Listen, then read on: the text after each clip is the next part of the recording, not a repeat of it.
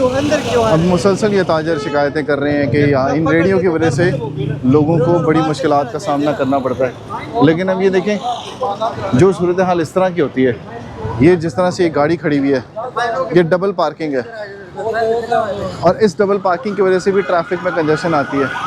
तो ये भी इन ताजरों को देखना पड़ेगा कि जो डबल पार्किंग है इसके ऊपर किस तरह से काबू पाना है।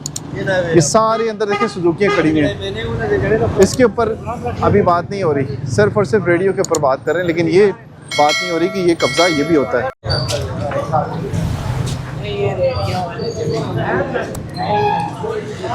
अब ये देखिए सारा बाहर है सामान। पंजाब हुकूमत ने जो अहकाम जारी किए हैं उसके मुताबिक ये जो शटर है इससे बाहर आपका बिजनेस नहीं होना चाहिए। शटर से बाहर होगा तो फिर कार्रवाई होगी।